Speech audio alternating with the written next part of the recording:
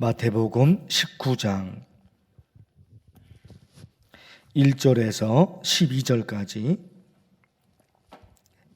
1절에서 12절. 예수께서 이 말씀을 마치시고 갈릴리를 떠나 요단강 건너 유대지경에 이르시니 큰 무리가 따르거늘 예수께서 거기서 그들의 병을 고치시더라. 바리새인들이 예수께 나와 그를 시험하여 이르되 사람이 어떤 이유가 있으면 그 아내를 버리는 것이 옳으니이까. 예수께서 대답하여 이르시되 사람을 지으시니가 본래 그들을 남자와 여자로 지으시고 말씀하시기를 그러므로 사람이 그 부모를 떠나서 아내에게 합하여 그 둘이 한 몸이 될지니라 하신 것을 읽지 못하였느냐. 그런즉 이제 둘이 아니요 한 몸이니 그러므로 하나님이 짝지어 주신 것을 사람이 나누지 못할지니라 하시니 여짜오되 그러면 어찌하여 모세는 이혼 증서를 주어서 버리라 명하였나이까.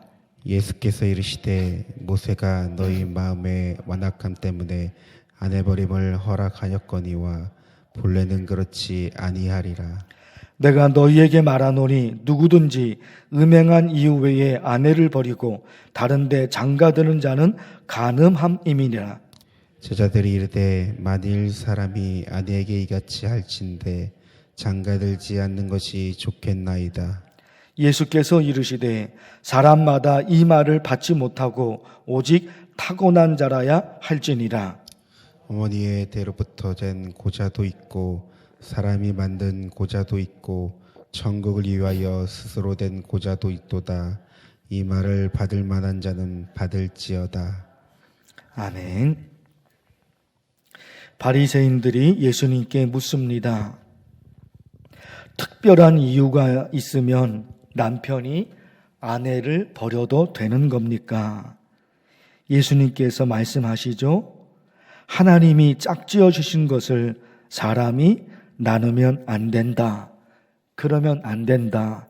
예수님이 대답하십니다. 바리새인들이 따지면서 또 말해요. 모세는 이혼 증서를 써주면 아내를 버릴 수 있다고 했는데 그것은 어떻게 되는 겁니까? 이렇게 묻습니다. 지금 바리새인들이 예수님의 말씀을 진지하게 받아들여서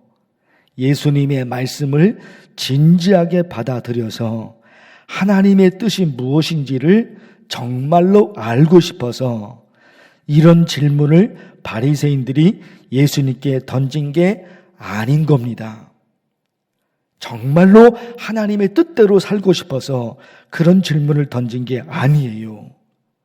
꼬투리 잡으려고 이것도 물어보고 저것도 물어보고 있습니다. 무슨 잘못이 보이기만 하면 그거 가지고 예수님을 공격하려고. 그래서 3절이 그러죠. 바리새인들이 예수께 나와 그를 어떻게 해요? 시험해 보려고. 무슨 잘못, 그 꼬투리가 있으면 그거 잡아서 예수님을 사정없이 공격하려고 그렇게 하는 겁니다. 이때 어떤 일이 있었느냐? 헤롯 안티바스인데 그 헤롯 왕이 자기 아내를 버리고 다른 여자와 재혼했는데 이복 동생의 부인과 재혼한 겁니다. 자기 아내는 버려버렸어요. 그리고 이복 동생의 부인을 빼앗아서 또 결혼을 한 겁니다. 세례 요한이 그걸 보고서 아내를 버린 헤롯 왕에 대해서 큰 잘못을 저질렀다고 헤롯 왕을 책망합니다. 왕을 책망한 거예요. 세례 요한이. 헤롯 안티바스가 화가 나서 세례 요한을 감옥에 가둡니다. 그리고 아시는 대로 나중에 세례 요한의 목을 베어 죽입니다. 헤롯 안티바스 왕이 그런 거예요. 이런 상황에서 바리새인들의 질문에 예수님께서 어떤 대답을 하느냐에 따라서 이게 정치적으로 달라져 버리는 거예요. 그 꼬투리를 바리새인들은 잡아내서 예수님을 공격하려고 그래요. 거기다가 바리새인들이잖아요. 바리새인들도 한 파가 아니라 두 파가 있었던 거예요. 한쪽은 힐렐 학파, 한쪽은 샴마이 학파. 그런데 율법에 대한 해석이 조금 달라요. 이 힐렐 학파와 샴마이 학파가 그 당시 있었던 거예요. 율법을 해석함에 있어서 이 두 파가 달랐단 말입니다. 예수님이 어떤 대답을 하느냐에 따라서 한쪽은 무조건 예수님을 공격하게 되어 있는 거예요. 바리새인들 진지하게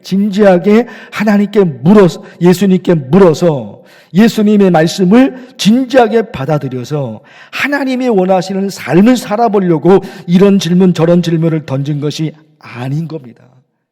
꼬투리 잡는 거예요. 처음부터 마음의 문이 닫혔고, 처음부터 눈이 감겨졌고, 처음부터 귀가 막혀진 겁니다. 처음부터. 우리 한동안 새벽 기도나 주일 설교 때 한동안 이 기도 많이 했죠. 묵은 땅을 기경하라. 묵은 땅에 마음이 강박한 마음이 되니까 아무리 좋은 묵은 땅이 있죠. 아무리 좋은 씨앗을, 아무리 좋은 곡식을 그 묵은 땅에 심어도 열매는 거두지 못합니다. 땅이 묵은 땅인데 아무리 좋은 씨앗을, 아무리 좋은 곡식을 거기다가 뿌리고 심어도 무슨 의미가 있습니까? 열매를 못 거두는 거예요. 그러니 부지런한 농부, 지혜로운 농부는 씨를 뿌리기 전에 땅을 가꾸죠. 묵은 땅, 황폐한 땅을 기름진 땅으로 만들어 놓는단 말입니다. 그 작업이 먼저 돼야 되는 거죠. 그리고 씨를 뿌려야 돼요. 묵은 땅, 우리 마음이죠. 우리 마음. 아무리 좋은 것을 보아도, 아무리 좋은 것을 들어도 이 마음이 강팍해져 있으면 아무 의미가 없는 거예요. 아무 의미가 없는 거예요. 오히려 그 좋은 말씀이, 오히려 그 본 좋은 것이 그 사람에게는 화가 됩니다. 그러니 이 바리새인들을 보고서 우리 또 이 기도해야 되죠. 하나님, 내 마음, 하나님이 원하시는 부드러운 마음으로 하나님이 갈아엎어 주옵소서. 이런 기도예요. 그런가 하면 7절에 바리새인들이 예수님께 하는 말씀을 드렸죠. 어찌하여 모세는 이혼 증서를 주어서 아내를 버리라 명하였나이까. 이게 모세가 이런 말을 했지요. 그런데 있잖아요. 이것은 약자를 보호하기 위한 법이었던 거예요. 이혼 증서를 써줘라. 버리려면 이혼 증서를 써줘라. 이게 약자를 보호하기 위한 법이었단 말입니다. 그 당시 고대 사회죠. 고대 사회니까 남성 중심이에요. 그게 아주 심했던 거죠. 남성 중심입니다. 그러니까 아무것도 아닌 일에도 남편이 아내가 자기 마음에 들지 않으면 얼마든지 버릴 수 있었어요. 얼마든지 버리는 거예요. 그게 아무런 것도 아니에요. 남편이 자기 마음에 들지 않으면 얼마든지 아내를 버립니다. 근데 이게 있잖아요. 그 남편이 이혼 증서를 써주면 여자가 재혼할 수 있지만 이혼 증서가 없으면 여자는 재혼을 못해요. 남자는 2번, 3번, 4번, 10번 수도 없이 할 수 있어도 여자는 안 되는 거예요.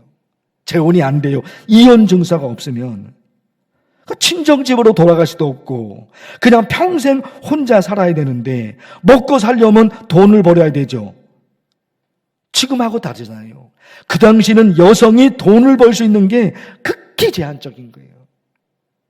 그러니까 남편에게 버림을 당했습니다. 또 이혼 증서 받은 게 없습니다. 그러면 비참하게 사는 거예요, 그 여인이.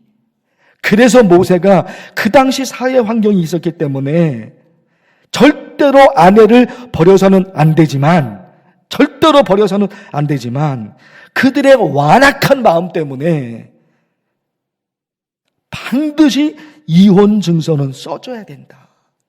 이걸 했던 거예요. 그러니 여러분, 이 상황이 뭡니까? 이혼을 합법적으로 인정해준 그런 개념이 아니라 약자를 보호하기 위한 그런 법이었단 말입니다.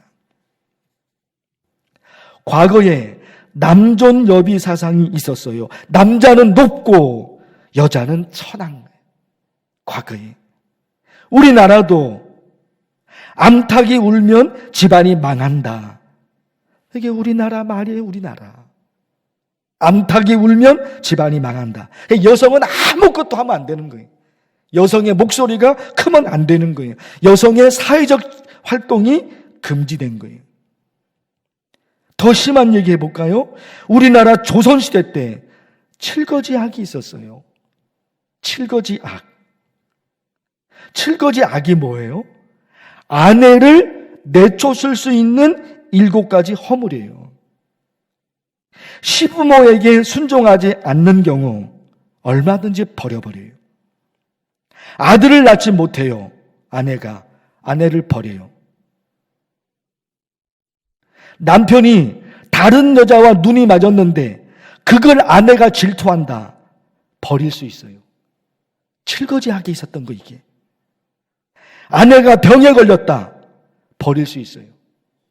아내가 말이 많다. 남편에게 대든다. 버립니다. 이게 칠거지하게 있었다니까, 이런 게. 이게 우리나라였던 거예요. 지금은 남자들이 여자에게 쩔쩔매는 시대가 되었죠. 그래도 아직까지 전반적으로 깔려 있는 것은 남성 중심의 사회에 전반적으로 깔려 있는 것은. 지금 여러분 7절에서 이 말씀이 다른 의미가 있는 게 아닌 거예요. 약자들을 보호하기 위한 하나님의 법이었던 거예요. 약자들이 있잖아요. 우리나라 사회에, 우리나라뿐만 아니잖아요. 고대로부터 지금까지 전 세계가 여자는 약하거든요. 이 약자를 보호해야 되는데 남자가 힘으로 눌러버린단 말입니다. 여러분 이런 거 어떻게 생각하세요? 우리나라 국회의원이 몇 명이에요? 300명이에요. 국회의원이 300명. 남자는 몇 명이에요? 243명. 여자 국회의원은 57명. 남자 국회의원이 여자보다 4배가 더 많아요. 여러분 이거 어떻게 생각하십니까? 정상이 아니에요. 정상이 아니에요. 우리나라가 정상이 아닌 거예요. 그런데 정상이 아니다 이렇게 생각하는 사람이 거의 없어요. 비정상이에요. 남자 국회의원이 여자보다 4배 더 많다니까요. 이게 정상이 아니라니까요. 정상이 아닌데 정상이라고 막 그렇게 생각을 하는 거 고칠 생각을 못해요. 정상이 아니에요. 비정상인 거예요. 근데 오랫동안 그렇게 해왔기 때문에 이게 비정상이라는 것을 생각을 안 해요. 생각하기 싫은 거예요. 아니에요. 정상이 아니에요, 여러분. 정상이 아니에요. 우리나라 정치가 더 잘 되려면 이거부터 뜯어 고쳐야 되는 거예요. 그게 아니죠. 우리나라 여성이 반반이면 당연히 국회의원도 반반이죠. 남자 국회의원, 여자 국회의원 반반이 맞죠. 300명이면 150명이 남자, 또 150명이 여자. 그게 맞는 거예요. 근데 오랫동안 그렇게 살아왔기 때문에 그냥 이것이 지금 그냥 정상으로 알죠. 우리 교회도 볼까요? 장로님들이 7명인데 여자는 1명이에요. 정상이 아니에요, 정상이. 절대로 정상이 아니에요. 근데 다들 정상으로 지금 알고 있잖아요. 아니에요, 여러분. 특히 여러분, 교회는 어떻습니까? 여자 성도들이 2배가 더 많아요. 2배가 더 많아요. 여자 성도들이. 그러니까 정상이 되려면 만약에 우리 교회에 남자 장로님이 3명이다. 그러면 정상이 되려면 여자 장로님들은 6명이 돼야 되는 거예요. 여성 장로가 2배가 더 많아야 되는 거예요. 그게 정상이에요. 그런데 지금 우리 교회도 우리나라도 이게 정상이 아니다라는 생각을 못하는 거예요. 왜? 남자가 더 우월하니까. 남성 중심의 사회가 수백 년 동안, 수천 년 동안 이어져 왔으니까. 여러분, 오늘 기도하고 싶은 것이 있어요. 우리가 지금까지 살아오면서 모든 게 다 잘 이루어지고 있죠. 그러나 정상이 아닌 것도 많이 있는 거예요. 정상이 아닌 걸 모르고 그냥 살아가는 거죠. 고쳐야 될 것들이 많이 있단 말입니다. 오늘 말씀은 남편과 아내지만 그 개념보다도 더 앞선 것은 약자입니다. 연약한 사람들을 보호하는 거예요. 베드로전서에 이런 말씀이 있어요. 남편들아, 이와 같이 지식을 따라 너희 아내와 동거하고 그를 더 연약한 그릇이요 또 생명의 은혜를 함께 이어받을 자로 알고 귀히 여기라. 그를 더 연약한 그릇. 아내가 연약한, 여성은 연약한 거예요. 그러니까 어떻게 합니까? 더 귀하게 모셔야 되는 거예요. 이게 하나님의 말씀이에요. 남편들아! 그러면서 말하는 거예요. 여자는 연약한 그릇이다. 그러니까 깨질까 어떨까? 아주 애지중지하면서 여성을 보호해야 되는 거예요. 왜? 연약하니까. 남성은 강하고 여성은 연약하다 말입니다. 그러니까 여성 여인을 보살펴야 되는 거예요. 그런데 우리나라는 그러지 못해왔던 거예요. 힘센 사람이 이긴 거예요. 남자가 이긴 거예요. 힘이 세니까. 정상은 아니었던 거예요. 정상은 아닙니다. 어찌 국회의원이 남자가 4배나 더 많나 말이에요. 정상이 아니에요. 교회도 마찬가지예요. 어떻게 교회는 여성이 더 많은데 어떻게 우리 교회에 여성 장로님이 1명밖에 없냐 말이에요. 정상이 아니에요. 정상은 아니에요. 우리 여러분 간절히 기도하고 싶은 것이 있어요. 연약한 사람들이 있습니다. 강한 사람이 연약한 사람들을 보호하는 거예요. 그러니 남자는 연약한 아내를 남편이 보호해야 돼요. 보호를 해야 되는 거예요. 약하기 때문에 그동안은 함부로 버려버렸잖아요. 여성이 약하기 때문에 그동안은 무시해버렸단 말이다. 남편이 아내를 무시해버렸단 말입니다. 물론 그렇지 않은 시대도 있겠지만 전반적인 문화가 그런 문화가 되었단 말이죠. 오늘 기억하면서 연약한 사람들, 약자들에 대한 얘기, 또 우리의 현실들 가지고 간절히 기도하면 좋겠어요. 주의 이름을 부르며 간절히 기도합니다. 주여! 하나님 아버지, 하나님의 말씀, 바리새인들 예수님을 향해서 이런 질문 저런 질문을 던집니다. 그러나 그들이 예수님의 말씀을 진지하게 받아들여서 그것을 자기가 고치기 위해서 하나님이 원하시는 것을 살아보려고 이런 질문 저런 질문을 던지는 것이 아니라 꼬투리를 잡아서 어떻게든지 간에 예수님을 공격하려고 그들의 마음이 딱딱한 마음이 되었기 때문에 눈이 감겨졌습니다. 귀가 막혀졌습니다.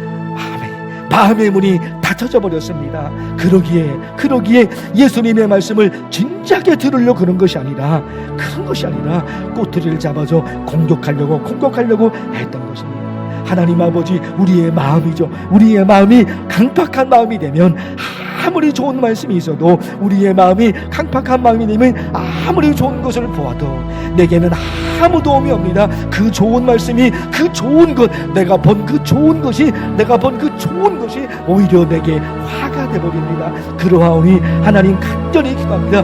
묵은 땅을 갈아엎어야 되는 것처럼, 묵은 땅을 갈아엎어야 되는 것처럼 하나님 우리의 마음을 갈아엎어 주셔서, 우리의 마음을 갈아엎어 줘서 딱딱한 마음, 묵은 땅이 아니라 하나님 보시기에 부드러운 마음, 그 부드러운 마음 하나님 다 갈아엎을 수 있도록 하나님께서 도와주시옵소서. 하나님 간절히 기도합니다. 이혼정서를 써서라. 하나님 어떻게 하면 모세가 그들의 완악함 때문에, 연약한 아내를, 연약한 여성을 보호하기 위해서 그 법을 만들고 그 법을 공포했습니다. 하나님 아버지, 우리 사회에도 어떤 약자들이 있습니다. 연약한 사람들이 있습니다. 여성이 남성보다 더 연약합니다. 어린아이들이 있습니다. 나이 많으신 어르신들이 있습니다. 우리 사회에도 연약한 사람들이 있습니다. 가난한 사람들, 그리고 병든 사람들, 그리고 장애인들. 하나님, 우리 사회에 연약한 사람들도 이렇게 있습니다. 하나님 그들을 보호하라고 하나님께서 말씀하십니다. 그들을 보호하라고, 연약한 사람들을 보호하라고 하나님 말씀합니다. 하나님 힘이 센 남성들을 향해서 하나님 말씀하고 있습니다. 연약한 아내, 연약한 아이들을 보호하라고 하나님 말하고 있습니다. 하나님 아버지, 우리가 지금 또 어떻게 살아가고 있습니까? 우리나라는 어떤 상황 속에 놓여져 있습니까? 하나님 아버지 간절히 기도하오니 하나님께서 원하시는 사회, 평등한 사회, 모두가 존중받을 수 있는 사회, 그런 사회가 되게 하여 주시옵소서. 하나님 두시옵소서. 가난한 사람들이 있습니다. 연약한 사람들이 있습니다. 병든 사람들이 있습니다. 힘이 없는 사람들이 있습니다. 가난한 사람들이 있습니다. 낮은 사람들이 있습니다. 힘들게 살아가는 사람들이 있습니다. 하나님, 어떤 사람들이지, 어떤 환경이 있든지 간에 주님 주께서 함께 해주시고 은혜를 베풀어 주셨습니다. 그런 소외된 사람들, 연약한 사람들, 가난한 사람들이 있습니다. 힘없는 사람들이 있습니다. 하나님 아버지, 그들이 힘을 펴서 살 수 있도록 하나님 도우시옵소서. 하나님, 고대의 우리나라 조선시대에도 이렇게 여성을 무시하고 어린아이를 무시하는 그런 환경들이 있었습니다. 힘이 지배하는 사회였기 때문에 어린아이들은 무시당하고 여성은 무시당하고 그런 시대가 우리나라에 있었습니다. 칠거지약을 통해서 남성들이 마음대로 해버리는 그런 참 어처구니 없는 시대가 또 있었습니다. 하나님 아버지 도우시옵소서. 우리가 여성, 남성이나 어린아이나 모든 연약한 사람들이 힘을 펴고 살아가시도록 그들을 보호하며 살아갈 수 있는 그런 사회, 그런 나라, 그런 사회가 될 수 있도록 하나님께서 도와주시옵소서. 하나님께서 은혜를 베풀어 주시옵소서. 하나님 아버지 간절히 기도합니다. 우리 사회에 정상이 아닌 모습들이 많이 있습니다. 그렇게 살아왔기 때문에 수십 년 동안, 수백 년 동안 그렇게 살아왔기 때문에 그것이 잘못된 것인데 그 잘못도 모르고 지금까지 살아온 하나님, 어처구니 없는 일들이 하나님 이 땅에 있습니다. 하나님 도우시옵소서. 고쳐주시옵소서. 하나님께서 보시기에 비합리적인 것, 잘못된 것들이 있습니다. 잘못된 관행들이 있습니다. 하나님이 고쳐주시옵소서. 정상으로 돌아올 수 있도록 하나님, 우리 교회도, 우리 대한민국 이 땅도 하나님 도와주옵소서.